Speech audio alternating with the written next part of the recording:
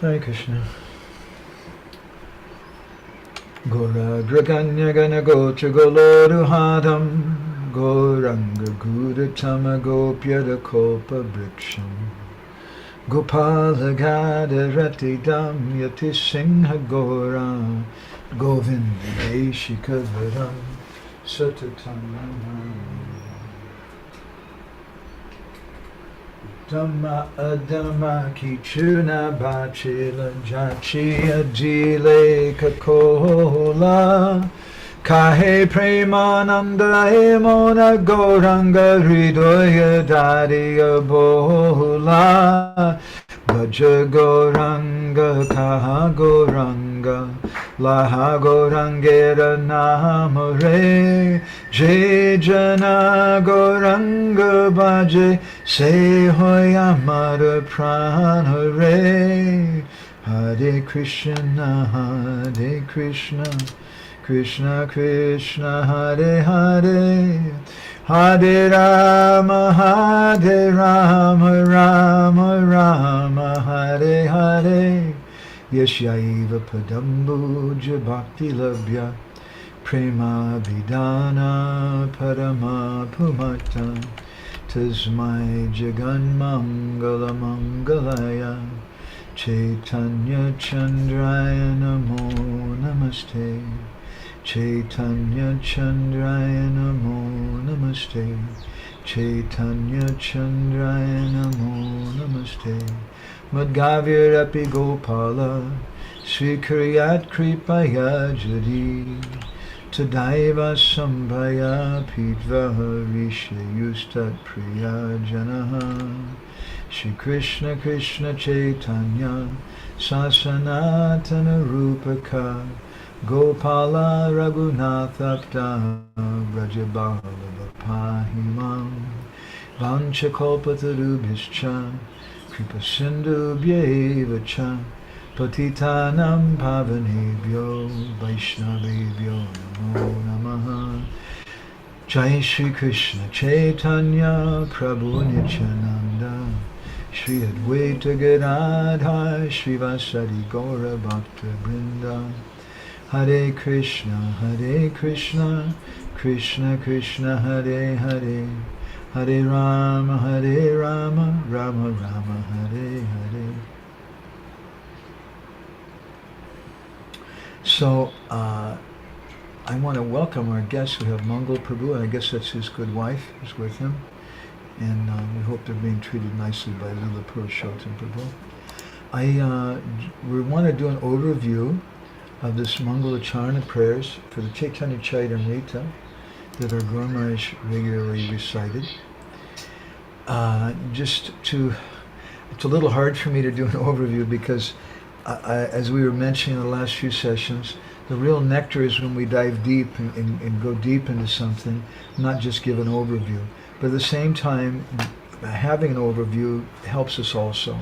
So we went very deep in all these things. In each verse, I think practically we gave 2 or 4, sometimes 6 or 8 classes on one verse. So I'm just going to flip over everything real quick we just done the last few days. This Chaitanya Charitamrita Mangala Charana of our Guru Maharaj, I feel serves these purposes of addressing the adhikar and the sambandha of his audience, which is something that Baladev Vidyabhushan recommends in his commentary on the first part of Tattva Sandarbha. He says that we should consider the adhikar, the qualification of the listeners, and we should consider the sambandha, or the connection they have, both with the subject and with the speaker. So perhaps it's for those reasons I'm trying to understand this Mangala Charana from his perspective, from the perspective of my Guru Maharaj, and he didn't give commentaries in general on it. Perhaps it was for those reasons, though, that he began with the first 7 verses, which we might call vanilla. Om Agana Tamaranda Shah, beginning with the addressing Guru, and Sri Chaitanya Manobhishtam, then the head of our Sampradaya, who's Srila Rupa Goswami, then Vandeham Shri Guru, which is kind of a general pranam mantra for everybody. It's from Chaitanya Charitamrita. And then he goes to Hey Krishna Karuna Sindhu, and we mentioned why is he then offering obeisances to Krishna before Radharani. uh, because if we want to please Krishna, we offer obeisances to Radharani first. But if we're trying to please Radharani, we offer obeisances to Krishna first. And by someone doing that, you can understand which camp they belong to. And how Krishna is Karuna Sindhu, he's a friend of the poor, and he's Gopesha Gopika Kanta, Radha Kanta Namostute, the master of the gopis and lover of Radharani. Then he offered his pranams to Radharani. And then the Vanchakalpatarubhishcha verse, which we spoke about in our last session, along with the Momahava, the Nyaya verse. And we spoke something about how the devotees are kalpataru, how they're wish-fulfilling trees, and how they're kripa sindhu, they're oceans of mercy, and how, although we just heard that Krishna's dina bandhu jagatpate, so he's a friend of the fallen, he's karuna sindhu, we spoke a little from Bhakti Sundarbha, how, from a perspective of our Guru Maharaj, who used to say that if you go to Krishna and ask him for mercy, and say, oh hey, you're the ocean of mercy, Karuna Sindhu, then Krishna will say, I'm sorry, I don't have any left, but I gave it all away to my devotees, who are Krishna Kripa Srimurti. And Jiva Goswami and Bhakti Sundarbha elaborates on it, just to touch on it, if you remember, it's a very important point. He says here that actually only someone who's suffered can feel compassion and empathy for someone else's pain. And if they can't feel that empathy, then they can't have compassion. And since Krishna never suffers, he's always full of bliss and happiness, then by definition, Jiva Goswami says, Krishna can't give mercy. Now before you want to go out and kill yourself and think my nam bhajan is just useless, Krishna does have mercy, but he gives his mercy to the form of Krishna Kripa Srimurti Gurudev.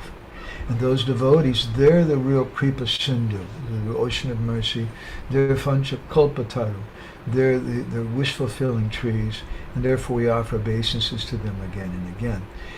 And then in the 7th verse, we spoke about this Manu Mahavadanyaya verse, which is another kind of vanilla verse, which is very important though. It addresses Sri Chaitanya Mahaprabhu as the most munificent incarnation, who has the color of Radharani, and there's an intimate connection between that because Radharani is Madanakya Mahabhava Mayi.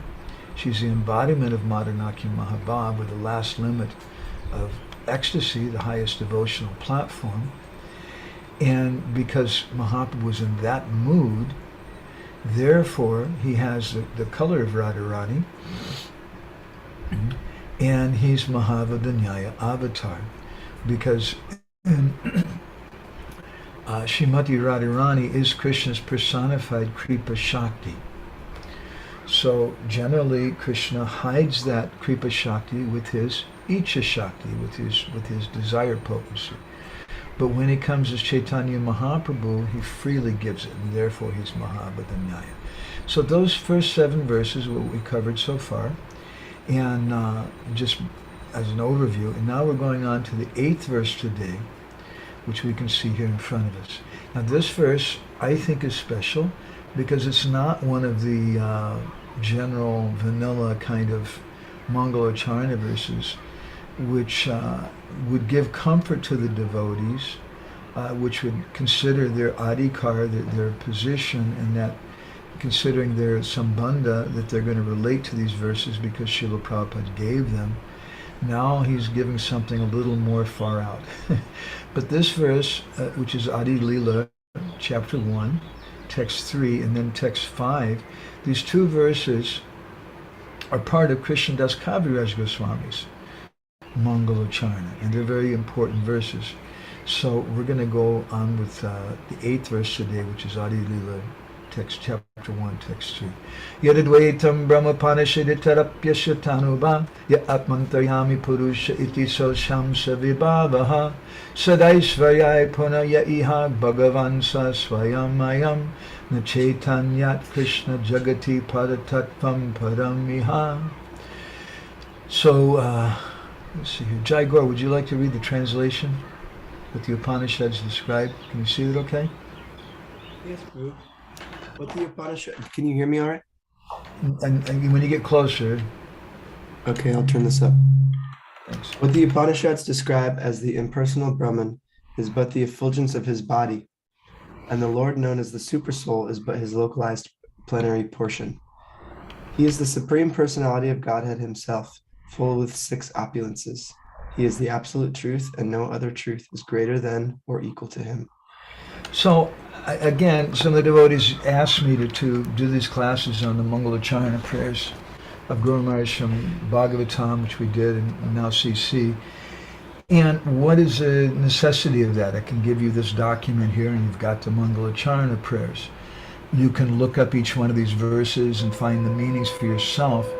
But what I understand is that devotees are interested, as best we can, in our humble way, to try to describe our vision of why these verses are important to our Guru Maharaj, based on our humble understanding of them. So, after the previous verse, again, these are all kind of vanilla, general Mangala verses. Now, all of a sudden, he's giving this verse. Now, this verse describes the philosophical position of Sri Chaitanya Mahaprabhu and how he's the absolute truth. And it begins by speaking about Brahman, Yadadvaitam, Brahmapanashidi, Tadyapishatanubha, and that's just a Shatanubha, that's just the effulgence of his body. And then it speaks about the Antaryami, who's just his localized portion. Rather, he's said Aishvarya Purna. He's six in all opulences. He's the Supreme Personality of Godhead. He's Bhagavan Saswayamayam, the absolute truth. The Chaitanya, that person is Chaitanya Mahaprabhu, Krishna. He's Krishna, Jagati Paratatvam Padamiha. So he's the supreme tattva, the supreme absolute truth. Now, what is different about this verse from the previous verses? This verse is becoming very philosophical. And after hearing from our Guru Maharaj for the times we have and serving him, my humble feeling is that he wanted to impress upon the listeners who are hearing the class that we're going to speak something philosophical. We're going to speak something serious. And he wants to encourage the devotees also that they should go very deep in a very serious way into Gora Tattva. That's immediately what this verse says to me. And again, this is a bit of a foundational verse in the sense that in a very basic way, it says, look, that person that you're thinking of as Brahman, that's Chaitanya Mahaprabhu, it's just the effulgence of his body. The Antaryami is just his angsa, his expansion. He's Sadeshvarya Purna Iha Bhagavan. He's the Supreme Personality of Godhead with six opulences, and that personality is Sri Chaitanya Mahaprabhu. So now we're starting really, these verses I feel are special to Guru Maharaj, especially because the other previous verses, you pretty much have to do something like that in ISKCON, otherwise people think you're strange or there's something wrong or something. So he gave this verse, and we spoke on this, I think, at least 2 sessions. I'm not going to go any more on it today. I want to try to really see if we can do 3 or maybe even 4 verses today. So then he goes on to the 5th verse in the Adi Lila, which again is one of the Mangala Charana verses of Krishnadas Kaviraj Goswami. And he describes it. Radha Krishna Pranaya Vrikatir Hladini Shakti Rasmad Ekatmanavapi Bhuvi Para Deha Bhedam Gatoto Chaitanyakyam Prakatamaduna Tadvayam Chaikyam Aptam Radha Bhava Duti Suvalitam Nomi Krishna Swarupam. So now again he's going a little bit deeper yet. And he's saying that, okay, based on his previous verse, the Chaitanya Mahaprabhu, you understand something about Brahman, Paramatma, and Bhagavan. Chaitanya Mahaprabhu is all those things, but there's something more. Those things, the pastimes of Sri Sri Radha and Krishna, they're pranaya vrikitya hladini shakti rasma. They're transformations of his internal pleasure-giving potency. But now that Radha Krishna, ekatmana, they become one. Although, at the same time, deha bedham gato to, they have 2 separate bodies eternally. But now they've united in the form of Sri Chaitanya Mahaprabhu. So I bow down to that personality, and he gives some further explanation of who that person is.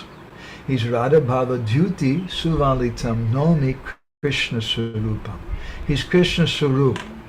He is Krishna, but Radha Bhava Dhyuti Suvalitam. He has the sentiment and complexion of Radharani.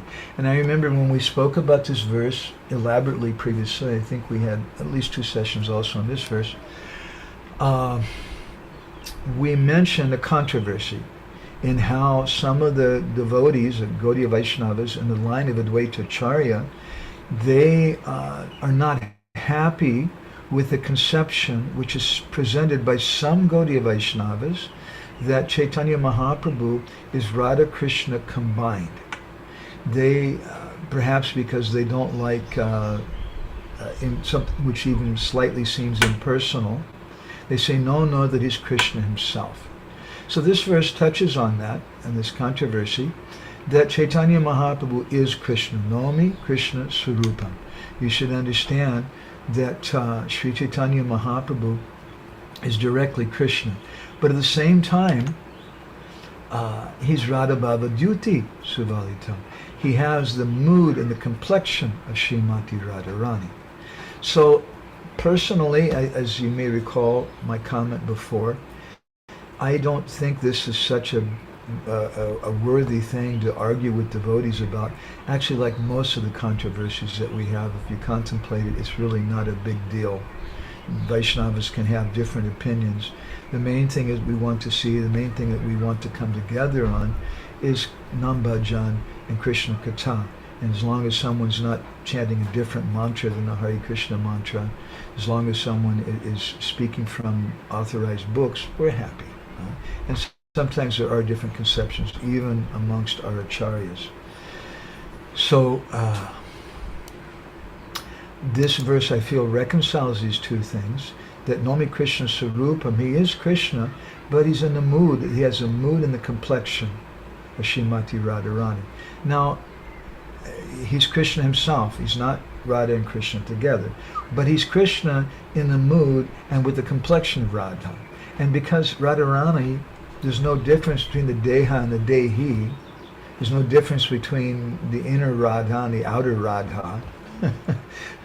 So if Chaitanya Mahaprabhu Krishna adopts her mood and complexion, that's also Radha. And that means that Chaitanya Mahaprabhu is a combined incarnation. Or you may prefer to consider more that he's Krishna Sarupam in Radha Bhava Dhyuti. So then he goes on to Madhya Lila chapter 23, in a very beautiful verse. Chirada datam nija gupta vitam swaprema namamrita achudaraha apamaram yo vitatada gora Krishno janebhyas tamaham prapadye. Speaking about then, what do we want to get from him? What does he come to give? Okay, so let's look back again a little bit. So these verses, I would say this is like a demarcation point in the Mangala Charna. Previously there's kind of the vanilla verses, and then Guru Maharaj begins with Yadadvaita Brahmapanishadi, which is really something for himself that he wants to establish. And this Mangala Charna, he's trying to tell the devotees who are listening, he's trying to give them a message. So what is that message we're just mentioning? This verse speaks about, you should know, Chaitanya Mahaprabhu is Brahman, Paramatma, and Bhagavan. The next verse speaks about, but you should understand that he's a combined form of Radha and Krishna. And although they're separate eternally, now they've become one in the form of Mahaprabhu. And then perhaps then the devotee may have a question, then what does he give, or what do we want to approach him for? So then he speaks this verse, that chirat means for a long time. Chirad adatam nija gupta vitam. He says that this is something which hadn't been given in a long, long time before. Hasn't been given before at all. And what is that thing? It's nija gupta vitam. Very, very beautiful thing. It's Nija, his own Gupta Vitam. Vita means a treasury, and Gupta means something hidden. Vitam means treasury. Nija Gupta Vitam. It's his own hidden treasury of what? Swaprema. Not just prema, but swaprema, his love. Namamritam. What does this verse indicate? This verse indicates the superiority of Srimati Radharani in our Nam Bhajan, indirectly. Although he says, Krishna Janebhyas Tamaham Prapadye, that this personality, this is Gora Krishna. Gora Krishna Janebhyas Tamaham Prapadye. But by speaking about Chirada Dattam, this is something that hasn't been given before. It's something very, very confidential in the heart. What is it? It's Swaprema. What is that Swaprema? That's the mood of Srimati Radharani, which we just heard in the previous verse. And it's Namamrita. It says the prema which comes from the nectar of the name, not just Suprema Nam, but Suprema Nam Amrita. And what is that Nam Amrita? That Nam Amrita is the mood of Srimati Radharani. That Swaprema is the love that Srimati Radharani has. And so although Krishna himself is Nami, Chaitanya Mahaprabhu is Krishna, he's Nami, Nomi Krishna Sarupam, now paradoxically he's coming and chanting his own name, and but he's doing that chanting in the mood of Srimati Radharani. And this is a very, very important aspect in our Nam Bhajan and our Kirtan of our Sampradaya. Most of you have heard me speak about this over and over and over again because I feel it's such a very, very important thing. Why do we chant Krishna's name? We've asked this question before. Fakir Mohan Prabhu, he addressed this. He asked us this once, and I believe I mentioned this story to the devotees here before.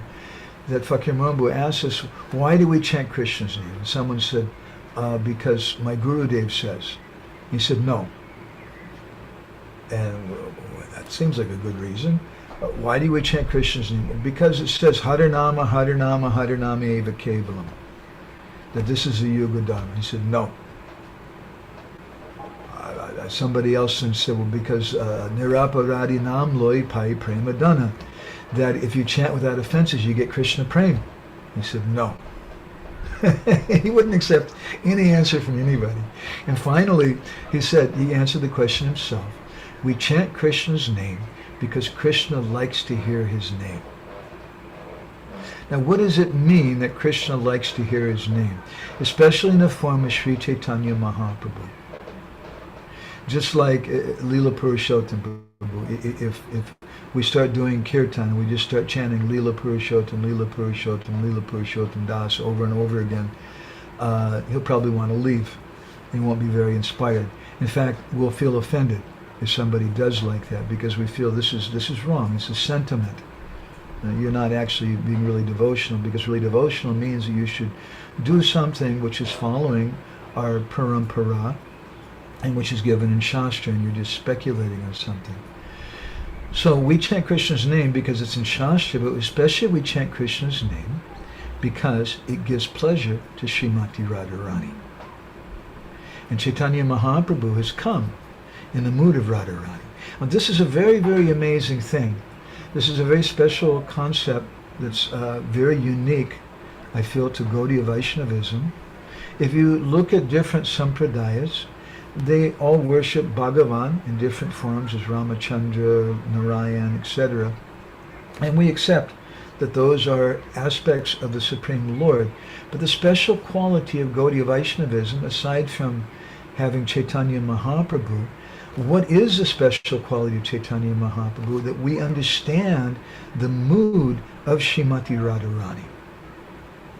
And Radharani, she wants to hear the name of Krishna. And especially Mahaprabhu is in the mood of separation. And he's particularly trying to experience, as we've been speaking for a long time, I think 51 sessions we've done so far, on the 47th of the chapter, the 10th canto, the Brahma Gita, and how some of our acharyas have commented that that chapter is the most important chapter of the Bhagavatam because it indicates Gaura Leela. And if we look in chapter 17 and 19 of Chaitanya Charitamrita, we'll find that Mahaprabhu's, Kaviraj Goswami describes Mahaprabhu's in the mood of Radha, there at the place known as Uddhavakeri near Nandagaon, when this Brahma Ragita, this talk with the bumblebee, this talk hearing from Uddhava, Krishna's message was going on. So that's Radharani's topmost ecstasy in separation. And it's that mood that Chaitanya Mahaprabhu is adopting. And in that mood of separation, when Srimati Radharani is in a dying condition, according to Rupa Goswami, in fact, Rupa Goswami in Lalita Madhav goes so far as to say that Radharani wants to commit suicide. She wants to kill herself. Rupa Goswami says a similar thing also in his Pajavali and also in Ujjwal Nilamani, that this is out of the different dasa, or the 10 different symptoms of Sudara Prabhas, or the topmost type of separation. The last is mrityu, or death. That the devotee who's feeling so much separation, they no longer want to live. And just to touch on that, if we look in Gaur Leela, we see that Chaitanya Mahaprabhu also wanted many times to kill himself. And he tried in Chaitanya Charitamrita. In Murari Gupta's Chaitanya Charit Mahakavi, he also speaks about that. A number of different literatures. My Guru Maharaj once commented, he said that Chaitanya Mahaprabhu's bhajan is the desire for death. That sounds pretty depressing.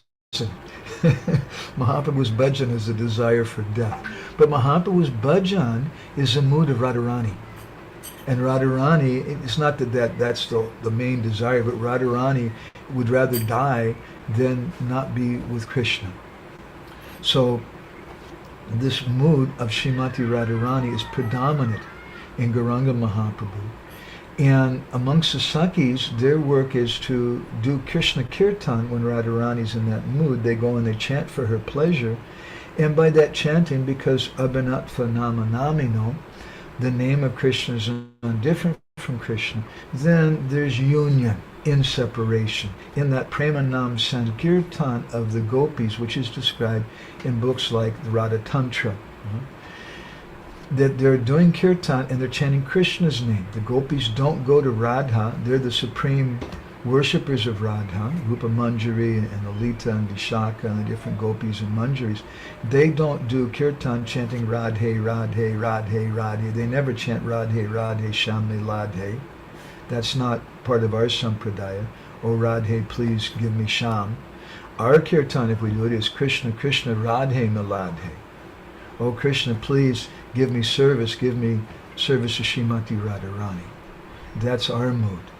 And in our sampradaya, the kirtan of our sampradaya, is we focus on the name of Krishna because Radharani wants to hear that. Because Krishna gets pleasure in the form of Chaitanya Mahaprabhu by hearing his own name. That was Fakir Mohan Babu's comment. So we do chant other names. Sometimes we get great happiness chanting the name of Radha. Other times we get great pleasure chanting the name of Gora or Nityananda. Or sometimes even we chant the name of our Gurudev or Srila Prabhupada. But that's not our primary bhajan pranali. It's not our primary system of bhajan. And if we give up our primary system of bhajan and we adopt some other bhajan, even if it is the name of our Gurudev or the name of Gauranga or Nityananda or Radha, it's a kind of speculation. And we're not following what our Gurudev gave us. And how then can we expect to get the same result, the result that our Gurudev wants us to get? So all these things I think are packed up in these verses. These are all points I've heard different times from my Guru Maharaj. So then he goes on to a really far out esoteric verse, the Gauranga Virodavali, which we read some rare commentary from a little bit on this verse. Gora Sacharitam Ritam Nidhi Goram Sadaivastuve Gorena Pratitam Rahasya Bhajanam Goraya Sarvam Dade Gora Dasti Kripalu Ratana Paro Gorasya Brityo Bhavam Gore Gora Vamacharami Bhagavan Gora Prabhu Rakshamam. And see here, Radha Jivan Prabhu, do you want to read the translation to that? Sure. I pray to Sriman Gauranga Mahaprabhu, whose ecstatic, transcendental pastimes are like a river of nectar. Gora has given the path of confidential devotional service. I will completely surrender to Gora. Is there anyone more merciful than Gora? I will become a servant of Gora. I shall preach the glory of Gora. May my Lord Gora protect me. So he's speaking about how the pastimes of Mahaprabhu are just like a river of nectar. Now you may wonder, as we heard in the previous verse, that he has this Swaprema Nam Amrita, this nectar of love for himself, which is Amrit. Amrit means something which cures death, which keeps us from death. So then what is that Amrit? Is it coming down? Is it coming down like one drop at a time? Where do we get it? No, it's coming like a river. It's flooding like a huge river. There's a huge flood of it. And Mahaprabhu, what is he coming to give us? Rahasya Bhajanam. What is Rahasya Bhajanam? So many people are doing bhajan, as we mentioned, in all different sampradayas, but very few people do bhajan understanding the mood of the Lord and the desire of the Lord. Most people, they do bhajan because they want piety, because they're thinking of getting some benefit for themselves. And even we hear in the 82nd chapter, the 10th canto, that when the different kings of Varsha went to Kurukshetra for the solar eclipse, they were going there to get some punya. They were going there for the purpose of punya labha, to get some piety. But the members of the Yadu dynasty, they were going there because they were hoping to be able to get Krishna prem. But the Vrindavan, the Brijbasis, what was their desire? They simply wanted to see Krishna. If you look in the verses in that chapter, and what does that mean? That's a very deep point, and it's a very difficult thing for us to understand. It has to do with this Rahasya Bhajanam.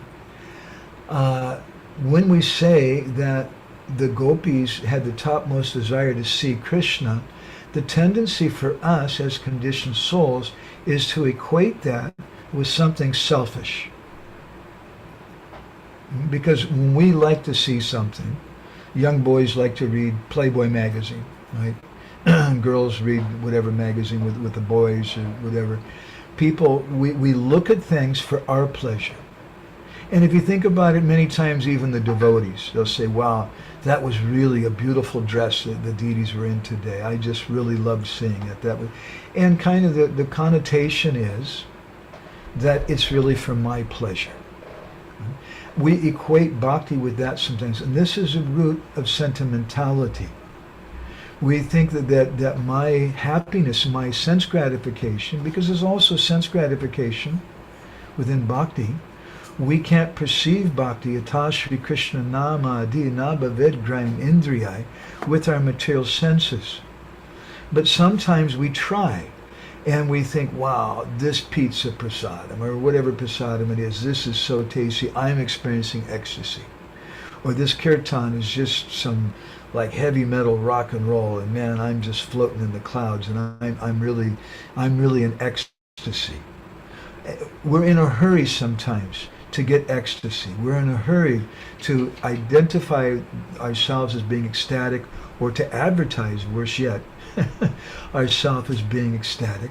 And that's the nature of sentimentality. And it's a very subtle and difficult obstacle within the realm of bhakti. And many devotees, they fall prey to this because they're thinking that bhajan is really for my pleasure. But in this verse of Gauranga Virodavali, Raghunandan Goswami, this verse is also from his Mangalacharna in that book, he says that Gorena Pratitam Rahasya Bhajanam, that Mahaprabhu has given this path, which is a Rahasya Bhajan, the most confidential type of bhajan. And what is that confidential bhajan? It's understanding the mood of the Lord. And that's a very, very difficult thing to understand. It's not just that we can give a lecture about it and say, okay, everybody here now, you should chant for the pleasure of Krishna. There's two problems with that. First of all, we have a huge speed bump in front of the car of our bhajan.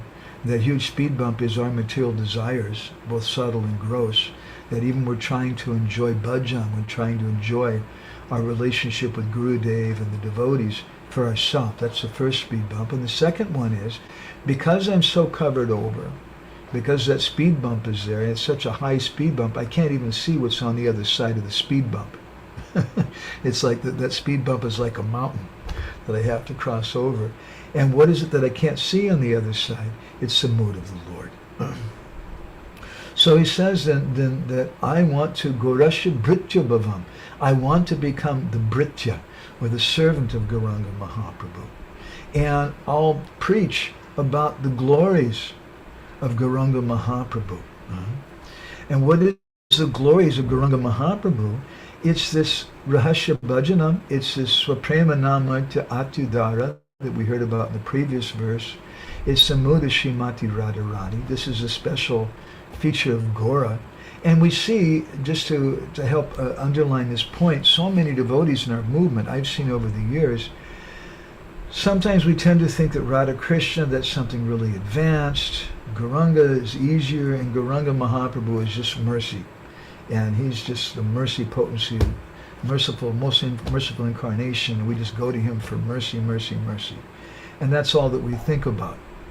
And I'm quite convinced that my Guru Maharaj, one of his missions that he spoke to us about, he told me personally that we should work to help uphold the prestige of Srila Prabhupada's mission. And the best way to do that, he said, is to have nice Krishna Katha and nice Vaishnava dealings. He also once told me in New York in '94, he said that, privately, he said that there's three things that are very important to me. One is that I want to preach to the preachers. When I see devotees, the preachers falling down and going away, it causes great pain in my heart. And the second thing is that I want to show that everything is in Srila Prabhupada's books. And devotees who say that Prabhupada only gave ABC, I want to make them mum. And the third thing is that I want to show that everything is in Prabhupada's ISKCON society. And devotees don't have to go outside. They don't have to go to some other place for some higher teachings.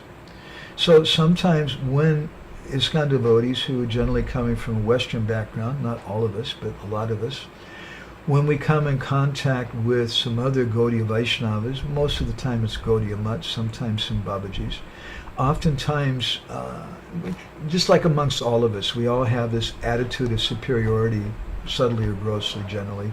My Gurudev is best. My temple is the best. My country is the best. My language is the best. My wife is the best. We're always thinking our situation, our understanding is the best, subtly or grossly. So sometimes other devotees feel that way too, quite often. And they want to impress upon us, you ISKCON people, you don't really know. And you haven't really gotten the topmost thing. I had the good opportunity to serve as my Guru Maharaj's personal servant for a few months in 1994. And the night that he called for me to do that service, I went to his hut and he just told me to sit down, and I was just sitting there, and we were chanting japa together for some time, and he finished his japa and he started reading, so I also started reading. And then suddenly he looked up and started speaking to me in a very personal way. And he said that he related how when he first came to Bhubaneswar on Srila Prabhupada's order, there was no association. And he said that sometimes he was going to the Gaudiya Mutt temple in Cuttack. Now bear in mind, these are local devotees who speak Oriya, and they understand Bengali and Sanskrit. And Guru Maharaj also is from Orissa, and he speaks Bengali and Sanskrit. In some ways, no doubt he could relate to them better probably than he could a lot of the Western ISKCON devotees. So he was going there and reading some of their books and getting association. He said he told me until one day, one of the sannyasis there told him, yes, it's very good that you're coming here because your Swami Maharaj's books, they don't give everything. So he became very unhappy about that. He told me that was a great offense, and so I didn't go there again. I stayed away from there. So that was his desire. And so when he recites this verse from Gauranga Viradavali of Raghunandan Goswami, what does it mean when he says that he wants to become a preacher of the glories of Sri Chaitanya Mahaprabhu? And what does it mean, may Gauranga Mahaprabhu protect me? There's a very powerful points, which I feel that he wanted to preach the glories of Mahaprabhu, meaning that, as he once told us, he said that unless you understand Shrimati Radharani, you can't understand Gauranga Mahaprabhu. And unless you understand Gauranga Mahaprabhu, you can't understand Shrimati Radharani. So we can't just try to understand Mahaprabhu without understanding something about Radha. So that's the glory of Gaura. And may Lord Gaura protect me. It doesn't just mean like Lord Nrsingadev, please protect me from those guys who are going to jump me and beat me up and take my wallet or something, but it means please protect my bhakti. So I think I'll go ahead and stop here, and we'll go on to this next verse in the next session, and see right now if anybody has any reflections or comments. Go ahead and stop sharing that thing. Hare Krishna. Who else here? Ujjwala Resig is also here. And Brinda Sundari. Brinda Sundari, usually you have to go. Do you want to share anything with us? Did you win any prize today? I was a lot faster today. I'm kind of proud of myself. I was trying to go a lot quicker. And happy anniversary for you and your husband. I think it was just, what, yesterday or the day before or something? Yes, thank you. I just got on actually, maybe 5-10 minutes Yeah, ago. that's I noticed that. I'm sorry. So you may not have much to say, but if you have anything you picked up. Otherwise, it's just nice to see you here. Hare Krishna. Yes, thank you for your encouragement. Well, yeah, I really appreciate what your Guru Maharaj said about Srila Prabhupada and ISKCON, and just yeah, I've been thinking about that, like what it means to be chaste to one's Guru Janas and chaste to one's lineage, or the message that the Acharya has given. And it seems like, yeah, anyway, how much room is there for having differing opinions until one is actually becoming offensive?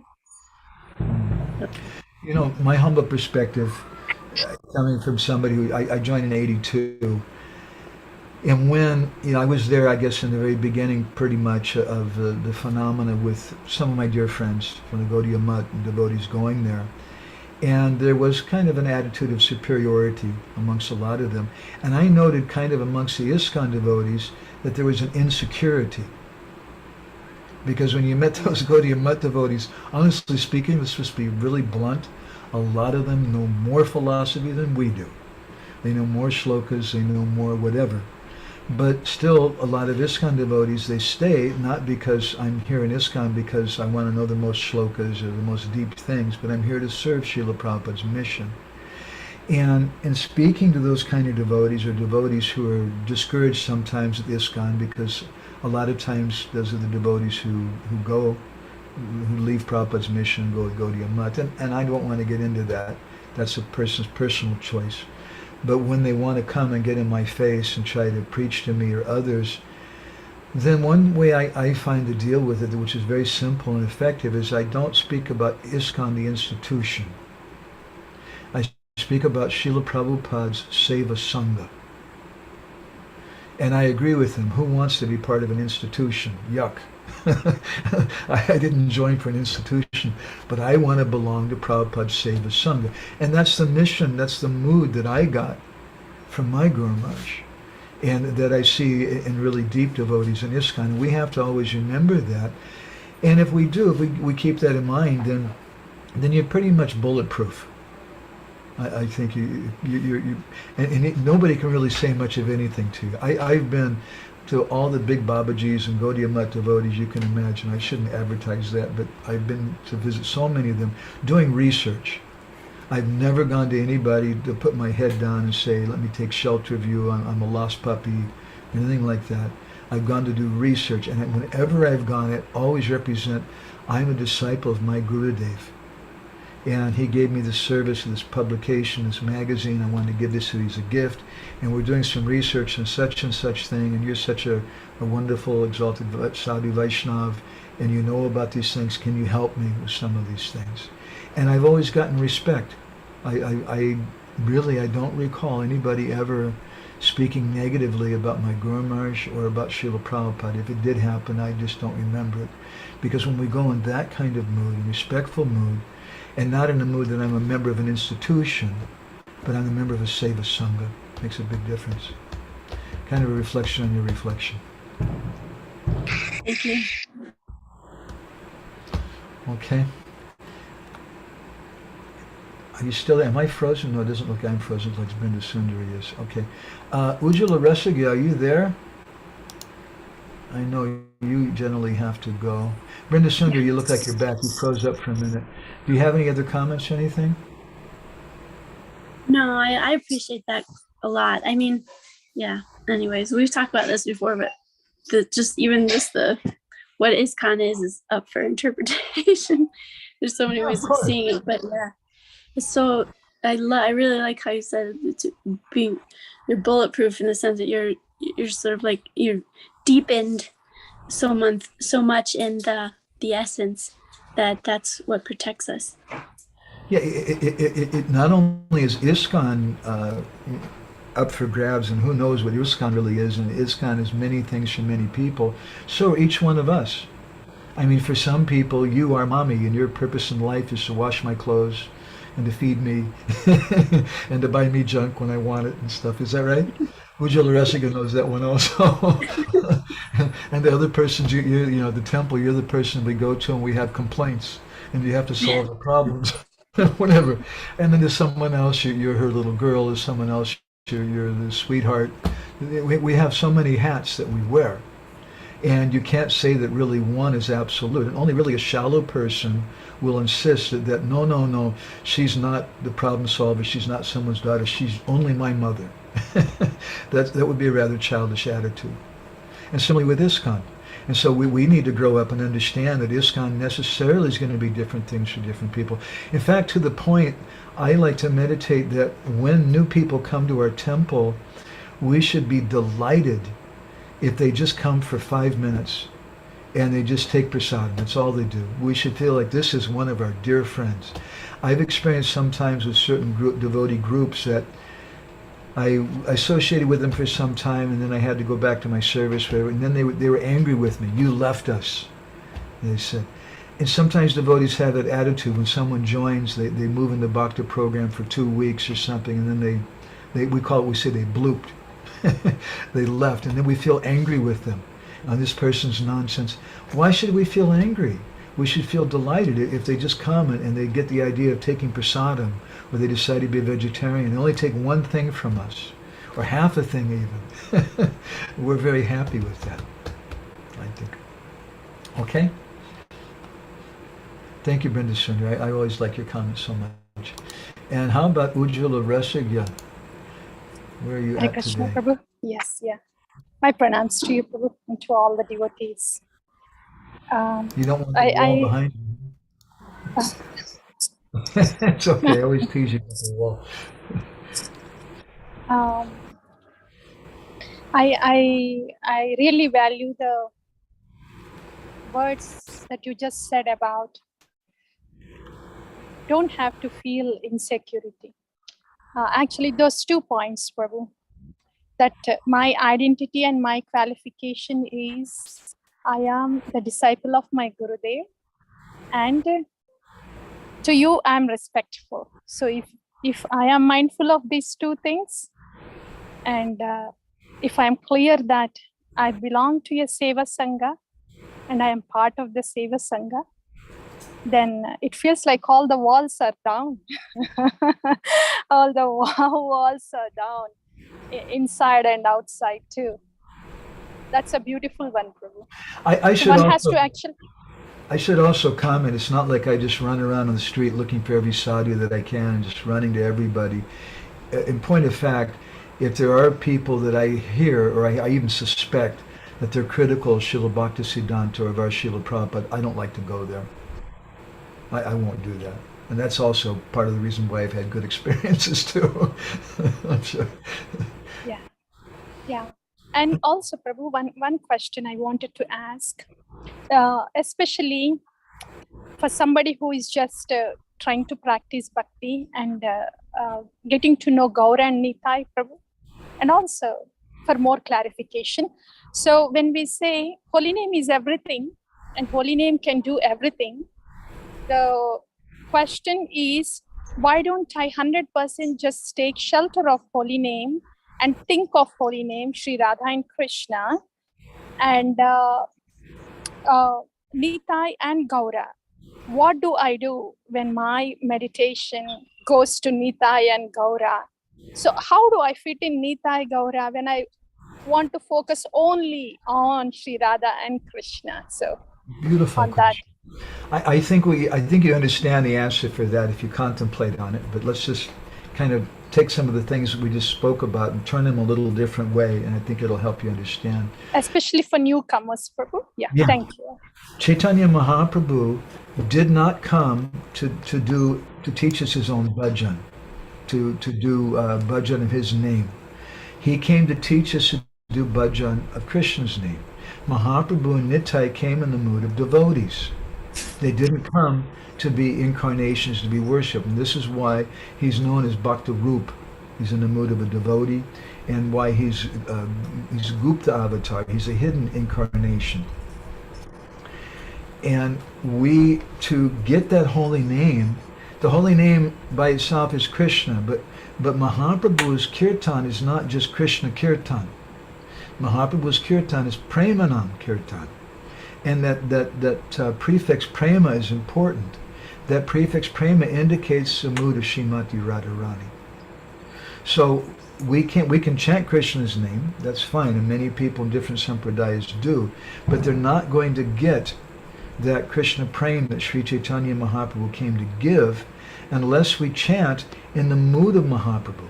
And how do we understand the mood of Mahaprabhu? We need Guru Gauranga. Not just Gauranga Nitai, but Guru Gauranga. We need Gurudev. He's our access. Because, as we often quote that verse from Krishna Lila Stava of Sanatana Goswami, he says that Rupa Namashrita Vishta. That when someone takes shelter of the Rupa, Ashrita, takes shelter of the form of the Lord, Rupa Nama, or the holy name, Rupa Namashrita Avishta, then Krishna enters into that person. So that's Gurudev. That's the Vaishnavas. When they're chanting, and they're chanting according to Raghunath Das Goswami, he says that Nama Shreshtam, my Gurudev is chanting the topmost name, or what Jiva Goswami calls Sneha Samyukta Nam in his commentary in the 6th canto, chanting with affection. When we serve our Gurudev, and we're doing that bhajan, Tate Krishna Bhaji Kore Guru Sevan, as Chaitanya Charitamrita states, we're doing our Nam Bhajan for the pleasure of Gurudev.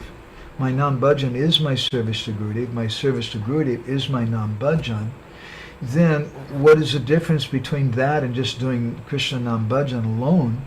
The difference is that by serving Gurudev for his pleasure, some of that understanding of that mood that he's acquired by serving his Guru comes to my heart. So when we speak about the kirtan of our sampradaya, this kirtan of our sampradaya is like an electric charge which goes both ways. It's Golokera Premadana Harinama Sankirtan is coming from Goloka Vrindavan, but it's also going back.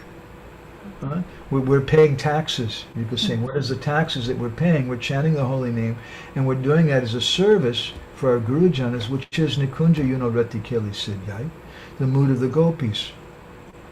Does that help something? Yeah.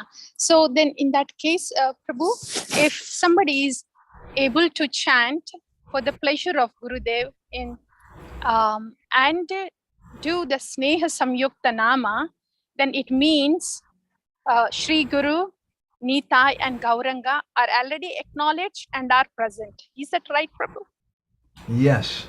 We're going through them. Because we have to go through a doorway. Like sometimes you probably heard us speak about Jagannath Puri. And if you go to Jagannath Puri, you have to come to India.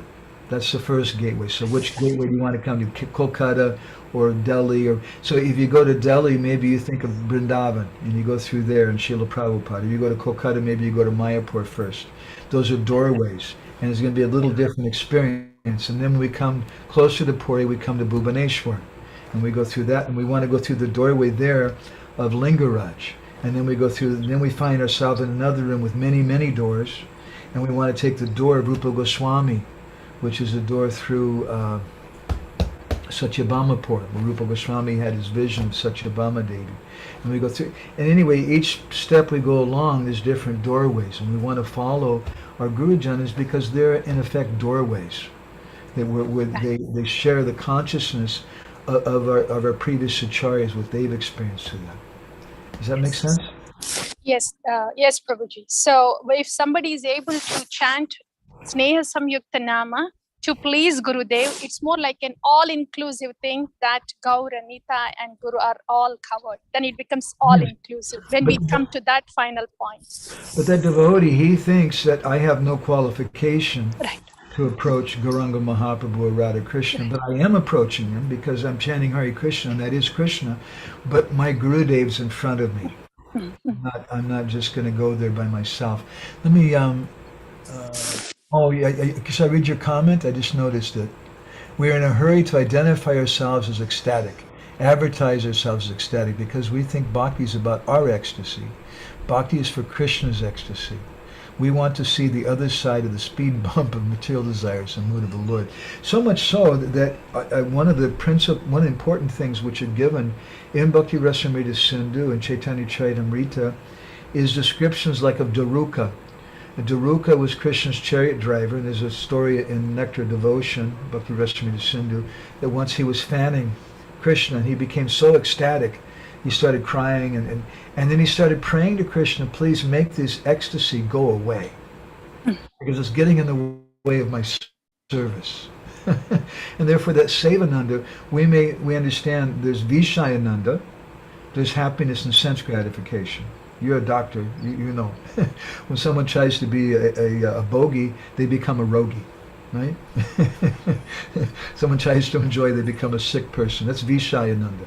And so then they sometimes they decide, I'm going to give all that up and I'm going to go for Brahmananda, the happiness of being detached and giving up everything. But far, far higher than that is the happiness of Premananda. But even higher than Premananda is Sevananda.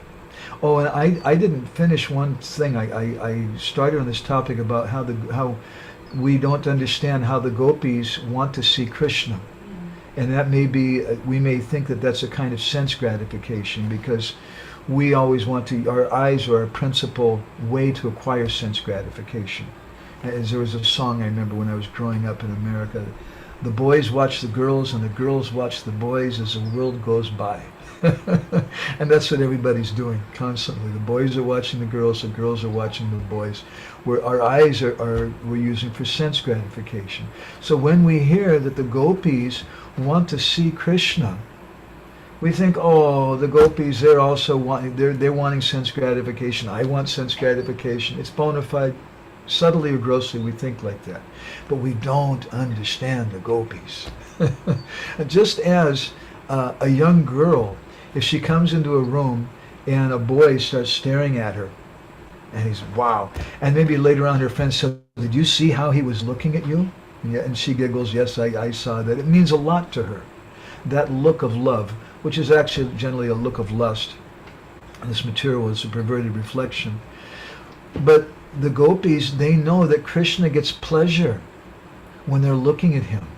And they're looking at him with so much love. Krishna gets the most pleasure because he feels the love of the gopis. And they want to give that pleasure to Krishna. So when we speak about the gopis wanting to see Krishna, this is their desire. They're innate in that is their desire. They want to give Krishna pleasure. Okay, looks like we just lost Brenda Sundari. She has to go to class. Is that okay, Ujjwala? Yeah, last thing, Prabhu. So can the higher thing be Prema Sevananda? Not just Premananda, but Prema Sevananda? Yeah, well, within that Sevananda is definitely prema. Because with service without prema, as my Guru sometimes would say, and you've heard him say that so many times, I think, without prema, without love, your so-called service is either artificial, conditional, or partial conditional. It's not absolute, it's not complete. So really our service, our surrender, and he said it about surrender, our surrender is there when we have pure love. The gopis are completely surrendered because they have pure love. Unless someone has pure love, they can't really surrender. So the two are hand in hand in that way. But still, some Vaishnavas, some devotees get prema, but they don't get sevananda. And we see that they get some impersonal relationship with Krishna. And maybe they're, I don't want to speak about Braj, that's very complicated, but maybe they're a tree in Vaikuntha, or they're some kind of animal or something in Vaikuntha, but they don't get to have a personal exchange with the Lord and do things for Him. So they don't have that Sevananda. Okay? Thank you. Thank you so much, Prabhu. Thank you. We're counting down the days so we get to get your association. We're planning things for Puri when you get here, by the way. Same here, Prabhu.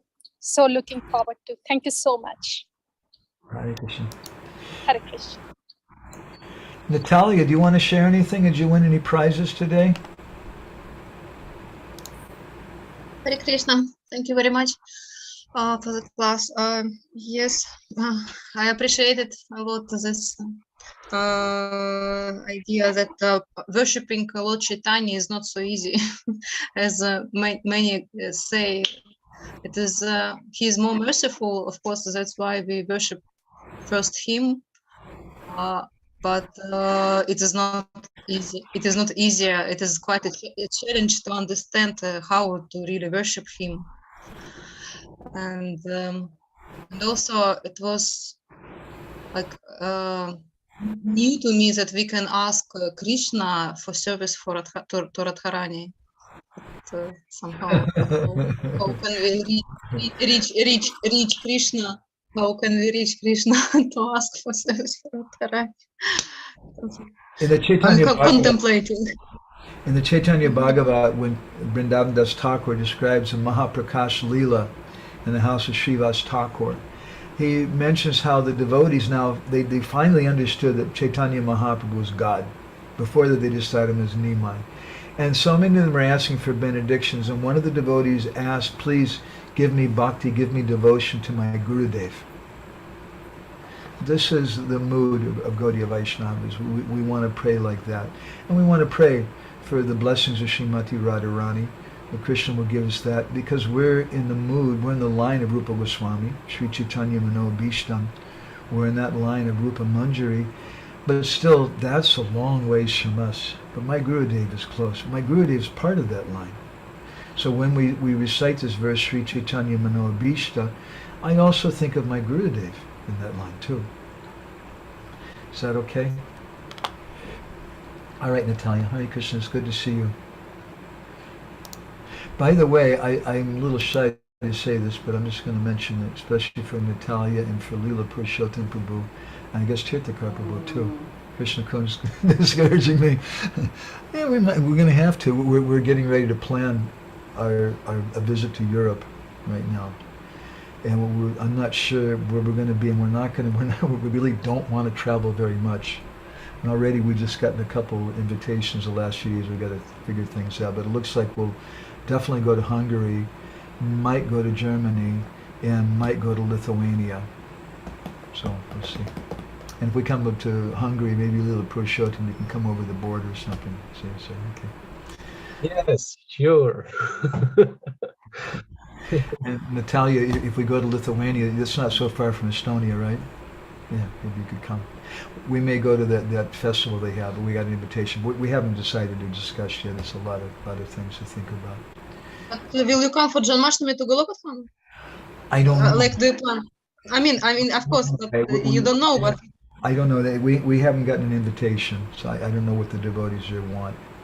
I mean, we were there every year, except for the last 2 or 3 years because of COVID, but I don't know what's going to happen. Thank you, sir. Tirthakar Prabhu, do you want to share anything? Yeah, just two things. I really like that point that you said that if you first chant prayer to Krishna, that means you want mercy of Srimati Radharani, and if you chant prayer to Srimati Radharani, it means you want mercy of Krishna. I really like this point. And connected with that, you mentioned that Fakir Mohan Prabhu said that why we are chanting Krishna's name. And what happened to me just a few days back, my wife kind of puzzled me. She asked me also, like, why we are chanting Krishna's names? And I told her this same argument. And she said, where does it say so? And I was like, I don't know where Krishna says that you chant my name because I like it. She said, yeah, tell me where Krishna says that. So I was thinking if you can maybe help me with that. Yeah, I'm trying to remember the verse. Maybe Krishna Kun can help me because I quoted a lot from Chaitanya Bhagavat. I remember it. Mahaprabhu says, Jadi ama prati sneha taki sabakar tati Krishna vyakti rikta nagayudayar. He said, Mahaprabhu says, and this is Krishna. Mahaprabhu is Krishna in this sense. Mahaprabhu says, if you love me, you love my instructions. Don't chant any other name, chant Krishna's name. Don't chant my name, chant Krishna's name. That's in Chaitanya Bhagavat. If you remind me, I can paste that verse in our WhatsApp group. It's a really important verse. I often quote that one. Really important thing. One of the reasons why I quote it was that one of the very first classes that my Guru Maharaj gave, he gave for me. He would give classes for different devotees. When someone would come to him and begin to surrender, it was a common thing, and he would just focus on that one person for the whole class. And I got a special class. It was in Seattle, Washington, in '93, and he quoted this verse. My name was Nityananda Das at that time, and he said, so Nityananda, if you really love me, you love my instructions. Chant Krishna's name, don't chant any other name. So it's a little close to my heart. Okay, Tirthakar Prabhu, you can tell your wife and you'll be okay now? I got to help out all the married men, you know. Hare Krishna Prabhu. Okay, how about Radha Jivan Prabhu? Do you have anything you want to share? How's life with them cows? That's really good, actually. We just started this past week training our oxen to Wow, you're doing? do it. Yeah, and we have this devotee Shama Sundar Prabhu from the UK who's staying with us. Uh-huh. He's showing me the ropes. He's been doing Go Seva for the past 40 years or so at the manor. So Wow, what an opportunity. I mean, everybody talks about, using the oxen, but it's just a dream for most, because nobody knows how to do it. It's not just a simple thing, That's really, so you're not really training the oxen, they're training you. Right. Yeah. Just as much as they're being trained, I'm also. But yeah, we have a few ideas what we want to do with them. But yeah, it's quite exciting. That's super cool. And did you win any prizes today? Yeah, I was appreciating the point that we need to avoid the sentimental mood that we have and not try to enjoy our bhajan or, enjoy in the name of bhakti by, commenting on the deity's dresses or, with that particular mood. We should try to have. And we don't mind. I mean, Srila Prabhupada, he encouraged all the devotees. Yes, he said sometimes we have so many pretty girls in our movement, you can marry one of them. He would say like that. and Prabhupada kept a jar of glubjamins by the door. And Satsuru Maharaj, I think he comments that so many times we were thinking to bloop, we were thinking to leave. It was just too much, we can't take it anymore. And as we're going out the door, we think, I'll have one more glubjamin. And then he said, we take that glubjamin and, oh, this is so nice. Maybe I'll stay one more day. But Srila Prabhupada understood that. And I mention that point because let's not be hateful or critical when we see this thing in other devotees. Bhaktivinoda Thakur, in one of his articles, in Sajjana Toshini, we're speaking about Upadeshamrita. He said that the reason why we find fault with other people is because we have the fault in ourselves to begin with. So I see sometimes devotees that they're very eager to point out the fact that you are just a miserable, totally selfish wretch, and you're just doing this for your own sense gratification, this and this. Well, of course. Of course we are. We're all conditioned souls. But we should encourage devotees. And at the same time, we may keep a little bit of a distance if we see that someone's really in a heavy enjoying mood, even within Krishna consciousness.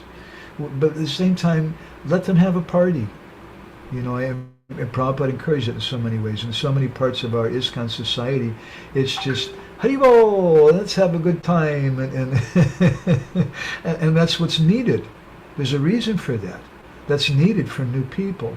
But a lot of times, older devotees, it kind of wears off after a while. You know, you can only have so much cake and ice cream, you know, until you get sick of it, and then you want some sabji and chapatis after a while, something a little more substantial. Okay. Yeah, I was just thinking, while you're giving the example of how the devotee that was fanning Krishna was experiencing so much ecstasy that he was praying to, reduce it. That way he could do his seva nicely. I was just, it's easy to acknowledge the beauty in that, but at the same time, it's still hard for me to practically conceive of that, because for basically my whole existence, I've been the center of my life and the center of enjoyment. So it's like, for me to, vicariously, like, try to, have the practical experience of that, is hard, because, naturally in my DNA, it's like I want to be the enjoyer. So I guess it's trying to break that habit, that deep habit is there. We want to be anusar, not anukor. Anusar means that we follow the essence, and anukor means that we imitate. So we may try to imitate Duruka, Krishna's chariot driver, and we live in a fantasy, and we don't understand what we're really at. And in that fantasy, then we can't really do Nam Bhajan, because Rupa Goswami, in Bhakti Rasamrita Sindhi, if you listen to the last class we gave on the Bhagavatam last Tuesday, we spoke about renunciation. He says that only a devotee who's not too renounced, and not too detached and not too attached to sense gratification, can get bhakti. But too much renunciation is also bad. And then in the next verse, he says this is the qualification. And Bhaktivinoda and Bhajan Rahasya also quotes those verses. Jata Shadama Katasu Nirvina Sarva Karmasu, speaking about how we have faith in Krishna Katha, but we have so many material desires. Oh my God. And he says that's okay. Even you may act on your material desires, but you know this is really bad, and I know I'm going to suffer. This is not Veda Dukatmakam Kamam Parityage Panishvara. I know this is going to cause me duk, unhappiness, but Parityage, I can't give it up. Anishvara, I have no strength to give it up. So what should I do? Then Krishna says, you just go on worshiping me with whatever love and affection you can. What does that love and affection mean? How can I worship Krishna with love and affection if I have material desires? I have no idea about Krishna if I have material desires, but I may know something about Krishna in his form as Gurudev, in his form as the Vaishnavas. So that's my suggestion. What that means is that we go on, we have this desires for sense gratification, but we worship Krishna with love, meaning I associate with Gurudev and with the Vaishnavas, and that's my love. I don't know if you noticed, Leela Purushottam Prabhu wrote a little note. He said, my humble pranams to Shyam Sundar Prabhu. So you got to convey that from Leela Purushottam to Shyam Sundar and take it to the old friends. Does that make some sense, Radha Jivan Prabhu? Yeah, that's great. Thank you, Prabhu. Thank you, Prabhuji. And let's go on. Leela Purushottam, do you have anything you want to share? Or Mangal Prabhu. And Prabhuji, your good wife is there, and I didn't get her name. I'm sorry, Mataji. Hare Krishna.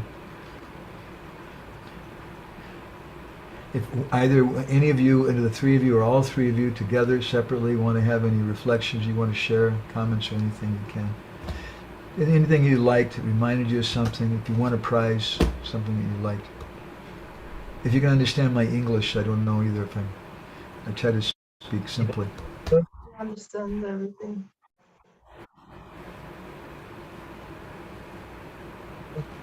I have a few things.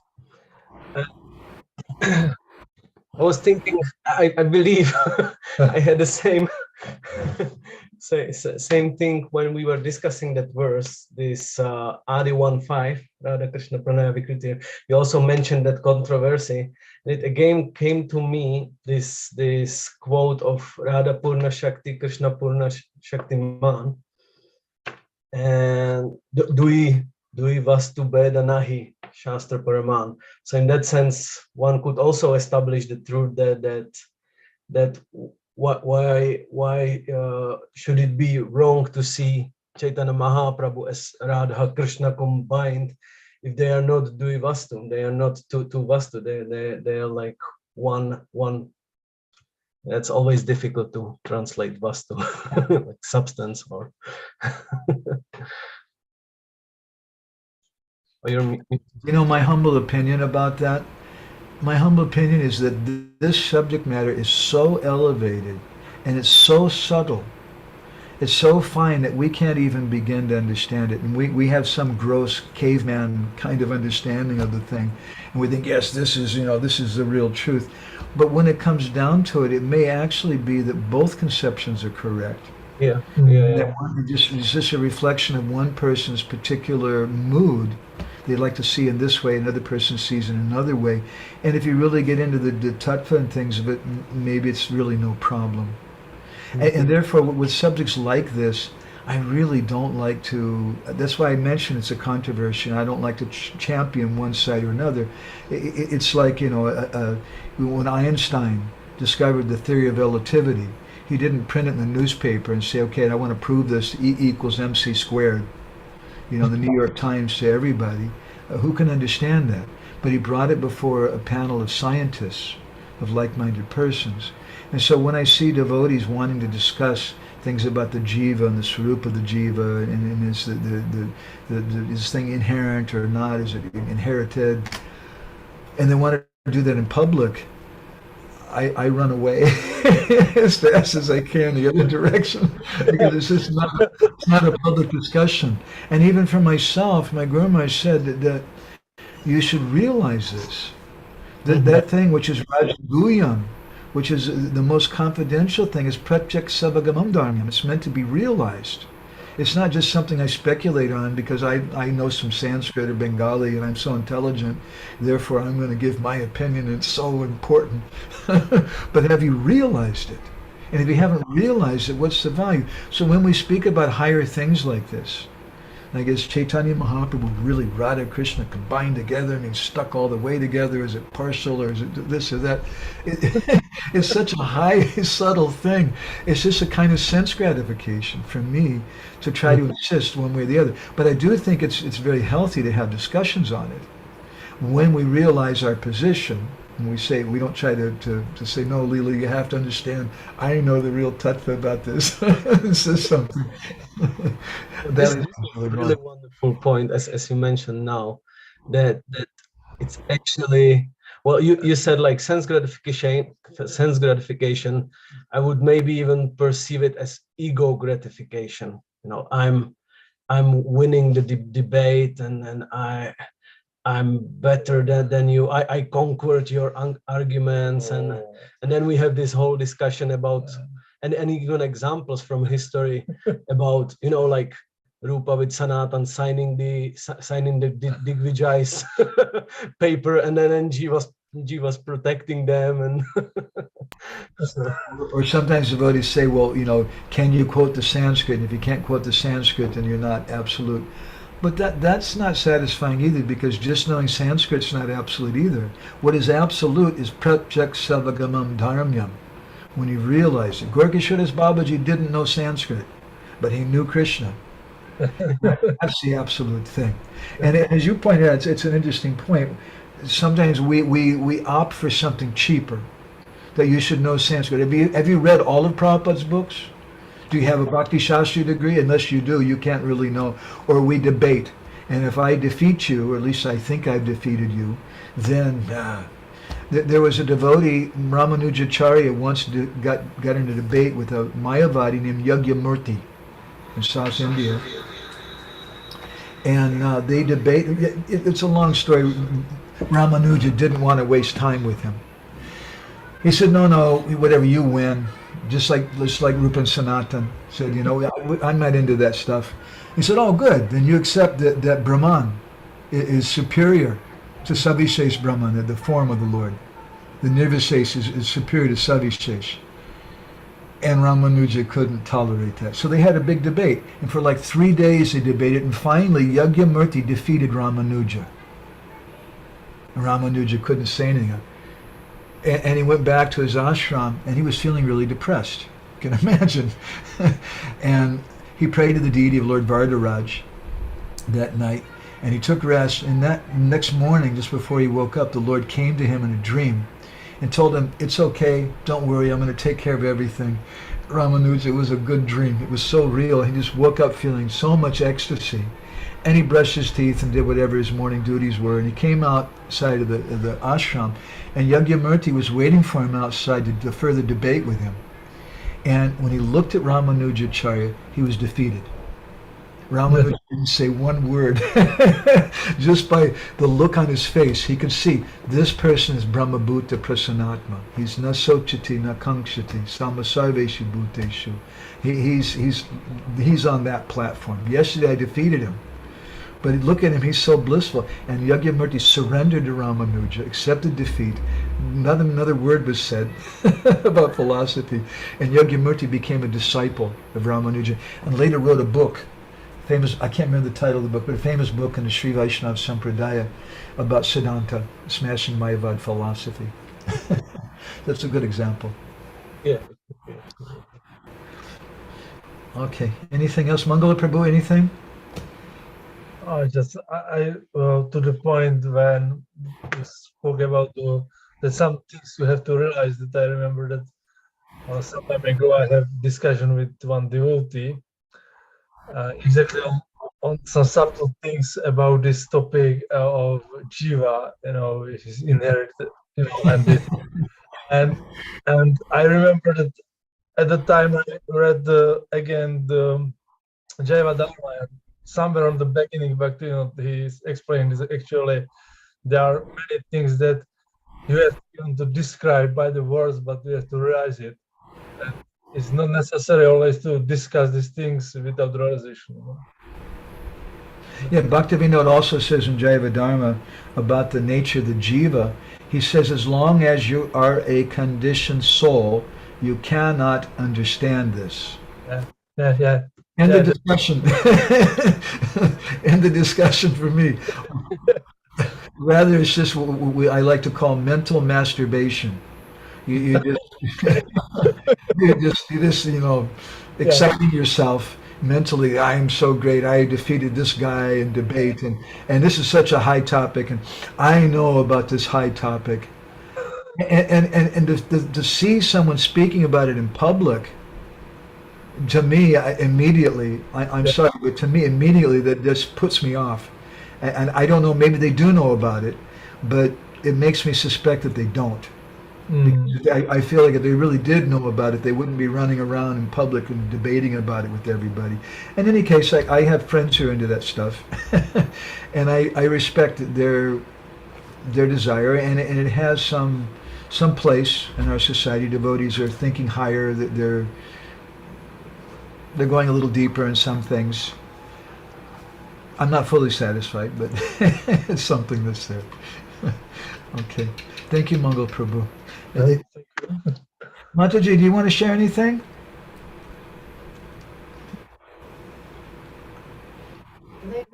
You gotta speak real loud or come close, or both.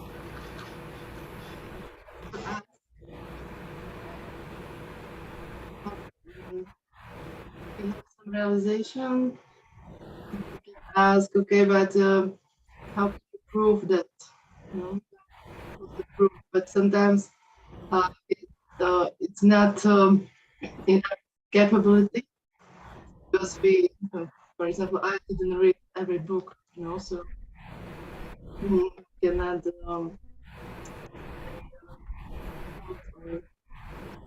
personality to do it, but it's okay when we have some like emotional proof.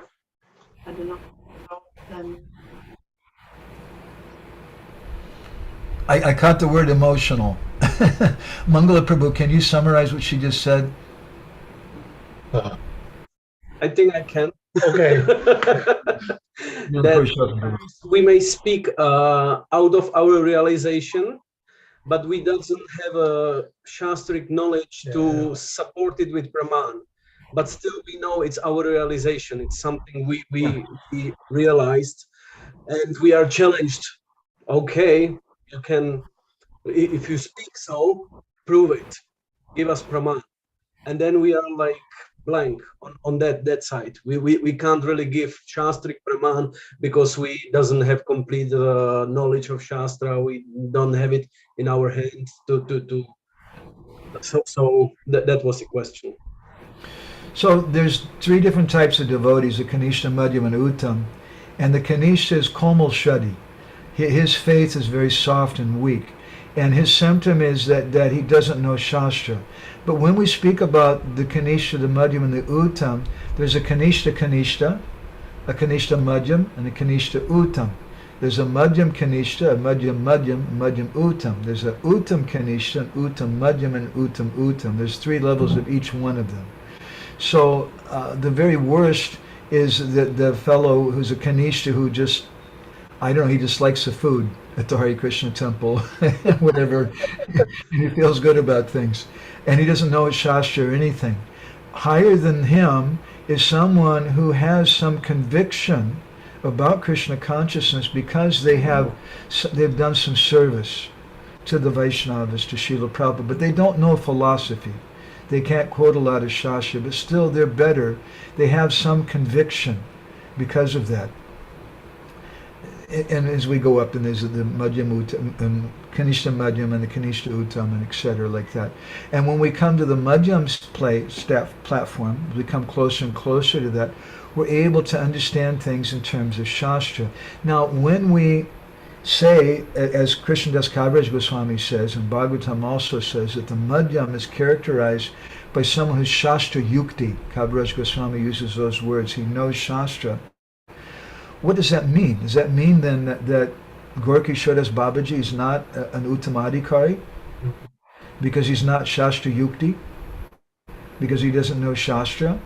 And only someone who's gone through Bhakti Shastri and memorized the 30 verses or whatever, that person's actually a Madhyamadikari. And then we see some of those guys who went through Bhakti Shastri, there's some terrible scandal happens down the road, and we find out that they weren't what we thought they were at all. So it's not, obviously, if we think about it, it's not just knowing verses and things. But so then why is this stress so much? When we speak about the Kanishta Adhikari, the Madhyam Adhikari, the Uttam Adhikari, or we speak about the Kanishta Bhagavat, the Madhyam Bhagavat, or the Uttam Bhagavat, these are two broad different divisions. The Adhikari means someone who has qualification. The Kanishta Adhikari, their nishta is very cut, it's very weak, and they don't have very much Adhikar for Bhakti. The Madhyam has a medium amount of qualification for Bhakti, and the Uttam has the most. But even the Uttam Adhikari is not the same as an Uttam Bhagavat, someone who has that. So I would suggest that when we speak about the importance of Shastra, there's different reasons we do. And one of them is that we want to stress to people that you should hear Shastra. And when we go to a sadhu, Narottam Das Thakur and Prem Bhakti Chandrika, he says that sadhu Shastra, Guru Vakya, Chiteti Koriya Aikya. We often quote that. And we give Bhakti Vigyan Maharaj's explanation that it's in sequence. It begins with the devotee, sadhu. We first meet a devotee. It's not just that a book falls on our head and we became a devotee because a book fell on my head, but we become a devotee because of a devotee. But who is a devotee? Who is a sadhu? The sadhu is someone who introduces us to Shastra. And then by coming in contact with sadhu and in Shastra, we come to Guru. So this stress is given on the importance of knowing Shastra, and it's one of the definitions of a Madhyam Adhikari. That's for us to know. That if I want to go to someone and hear from them, I want to hear someone who speaks Shastra. That person's at least a Madhyam Adhikari because he can give me something substantial. It's not just his own speculation. That's for my benefit because I don't really know if the guy's, what he's doing in private or whatever, just because he's quoting some verses. But if he quotes those verses, I can have faith in those verses.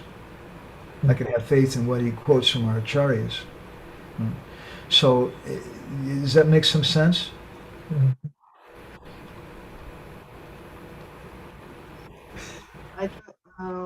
I I don't know from which angle of view should I take it.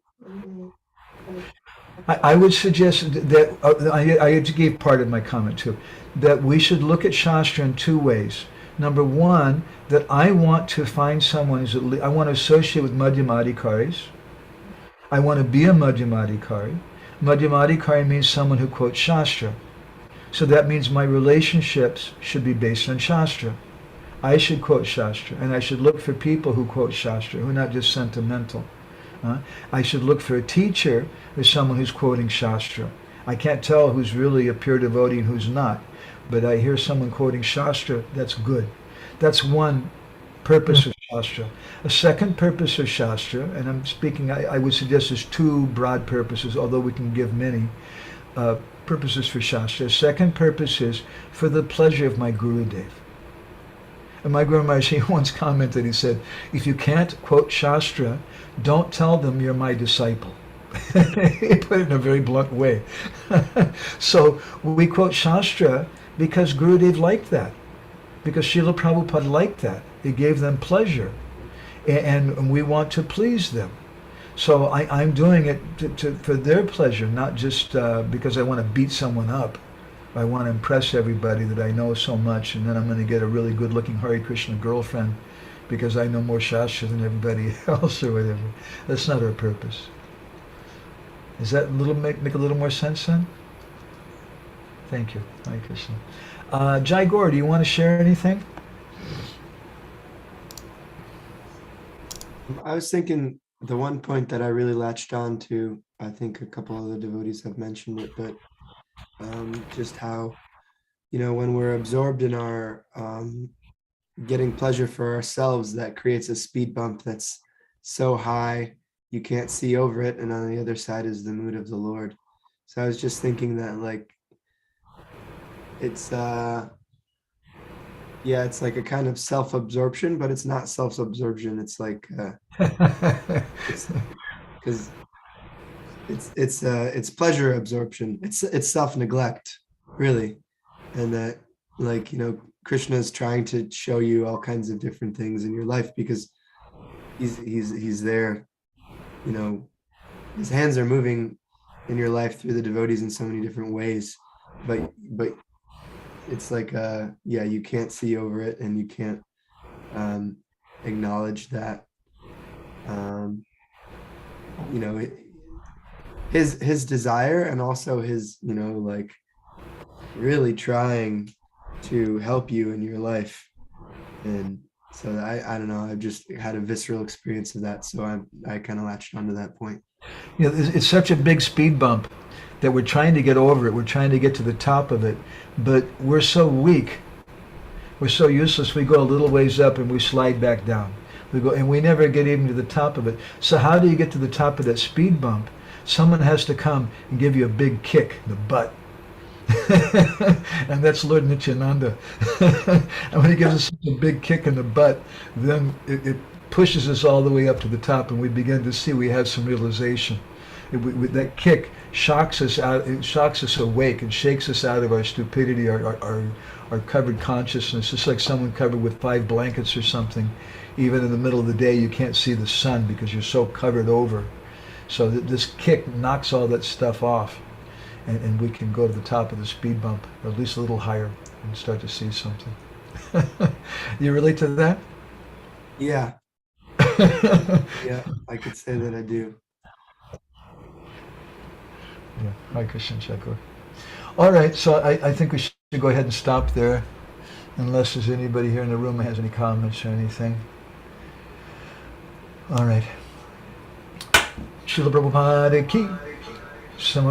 Any more comments? Yes, we have one person just running in. No? Samaveda Bhaktavinda ki. Gopremanandi Hari Hari Bol. Vanchakalpadurubhischa Kripa Sindhu Vyeva